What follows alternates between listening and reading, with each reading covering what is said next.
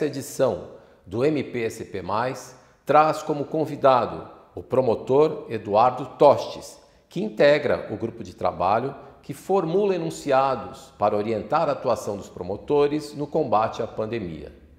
Doutor, um dos enunciados trata da questão da utilização dos leitos de UTI do setor privado pelo SUS. O que foi definido? Na realidade, isso é algo antigo já, né? A Constituição tem previsão legal, a lei que trata do SUS tem previsão legal, de tal sorte que o interesse público, nestes momentos, ele prevalece. E, se necessário, é possível se fazer a requisição de leitos privados para utilização pelo SUS. A orientação que saiu do Comitê da Saúde Pública, do Gabinete, do Grupo de Trabalho Covid, foi a de que se evitasse a requisição, como medida civilizatória, incentivando a realização de chamamento público, para que a administração pública possa pactuar com a iniciativa privada a utilização desses leitos privados quando necessário. Porém, sempre observando que há previsão constitucional e, se necessário, é possível ocorrer esta requisição tranquilamente dentro do ordenamento jurídico brasileiro. Na sua avaliação, como o SUS vem se saindo no enfrentamento a esta crise? O SUS tem as suas dificuldades e que vieram todas à tona neste momento. As fragilidades que nós suportamos há muito tempo vieram à tona. Mas, sem a menor sombra de dúvidas, seria muito pior se não houvesse o SUS. O que a gente observa é que nós saímos de uma situação de subfinanciamento do SUS para uma situação de desfinanciamento, ultimamente, depois da emenda constitucional 95. E isso impacta nas ações do SUS. A pandemia nos pegou em um momento altamente fragilizado. O que dá para a gente reunir de aprendizado para a frente, projetando para o futuro, uma hora, um dia, essa pandemia arrefecerá, surgirá uma vacina, que será possível um maior controle, é que o SUS é essencial dentro da sociedade brasileira. Um país com tantas desigualdades sociais como o Brasil não pode prescindir de um sistema único de saúde que norteie a sua relação, que calibre essa desigualdade dentro da sociedade brasileira. A próxima pergunta será formulada pelo diretor da Escola Superior do Ministério Público, Dr. Paulo Sérgio.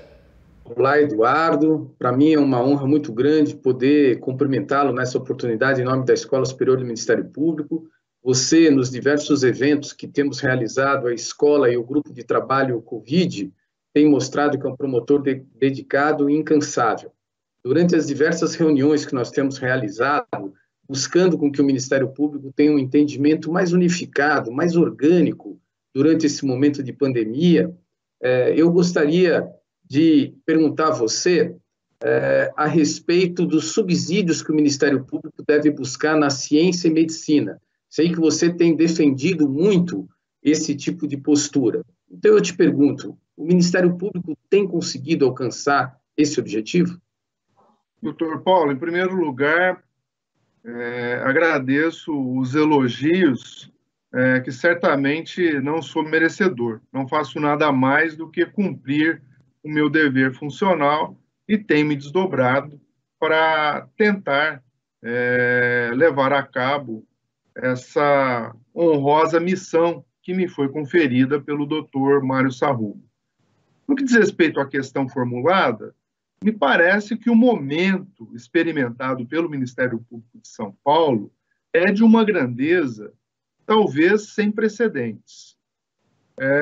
Nós temos observado nos diversos comitês temáticos, dentro do gabinete de trabalho da Covid, essa interação entre os comitês, entre os comitês e a escola, e entre ambos com a comunidade científica.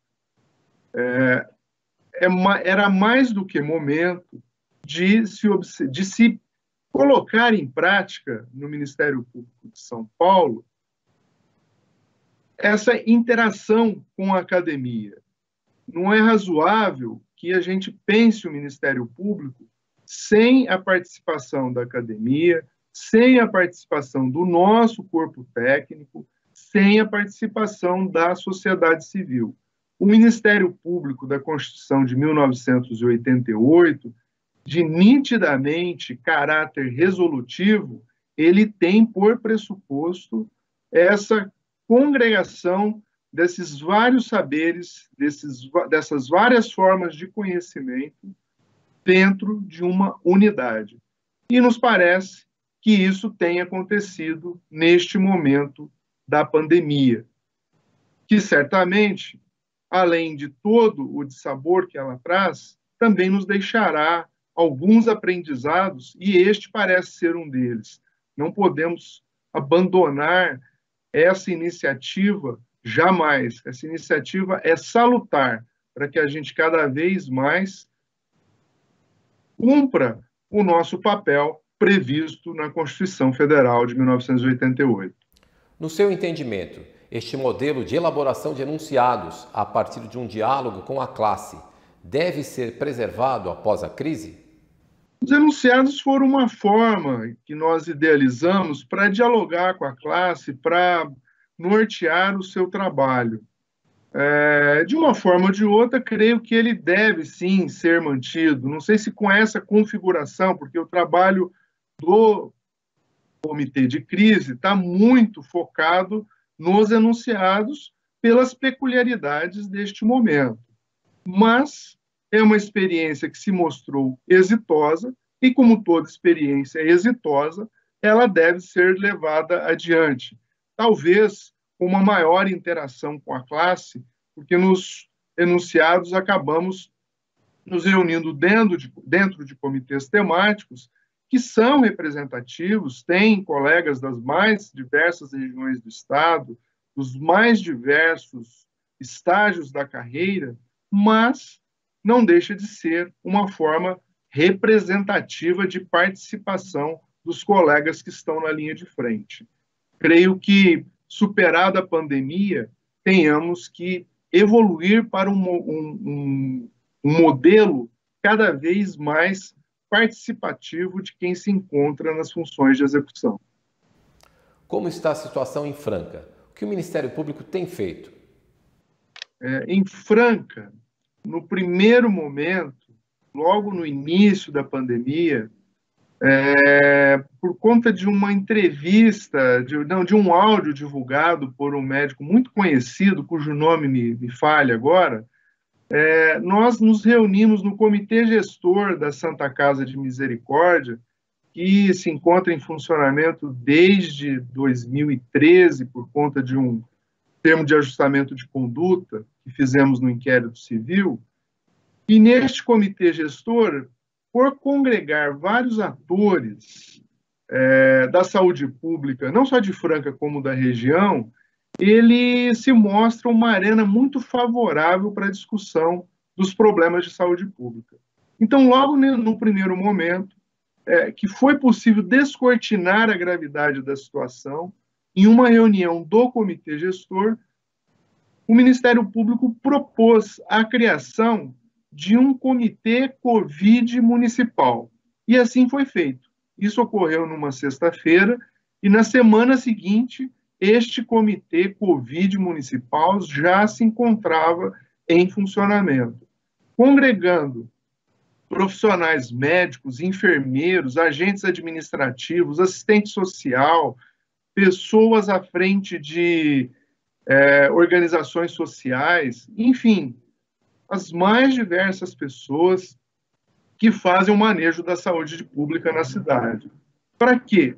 Para que houvesse um debate democrático e para que as soluções fossem pensadas coletivamente na perspectiva de a gente atender de forma decente toda a população, em especial aquela usuária do SUS, e evitar o colapso do sistema de saúde. Nós enfrentamos, neste momento da pandemia, em que ela se interioriza, grandes dificuldades em Franca. Nós estamos com 100%, 90% de ocupação dos leitos de UTI há uma semana e meia, mais ou menos.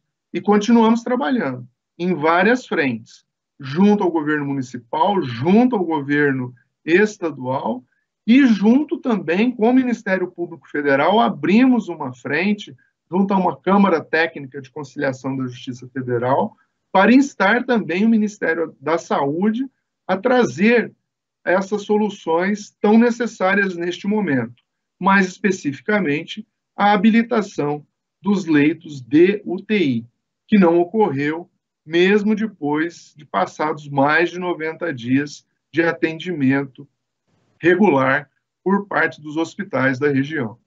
Doutor, agradeço a sua gentileza. Eu tenho certeza que o público que nos acompanha aproveitou bastante a nossa conversa, notadamente sobre o esclarecimento da atuação do MPSP de forma integrada. Muito obrigado pela sua gentileza de nos atender. O senhor que é tão ocupado, atua em Franca, no grupo de trabalho e também no Centro de Apoio Operacional. O que é um Centro de Apoio Operacional?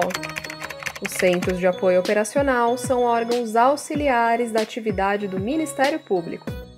Entre suas finalidades estão as de orientar e sistematizar as ações dos órgãos de execução. Cabe a eles estimular a integração e o intercâmbio entre as promotorias de justiça que atuem na mesma área e tenham atribuições comuns. Eu é que agradeço a oportunidade e a honra de participar deste programa e dialogar em mais este momento, tanto com a classe quanto com a sociedade paulista.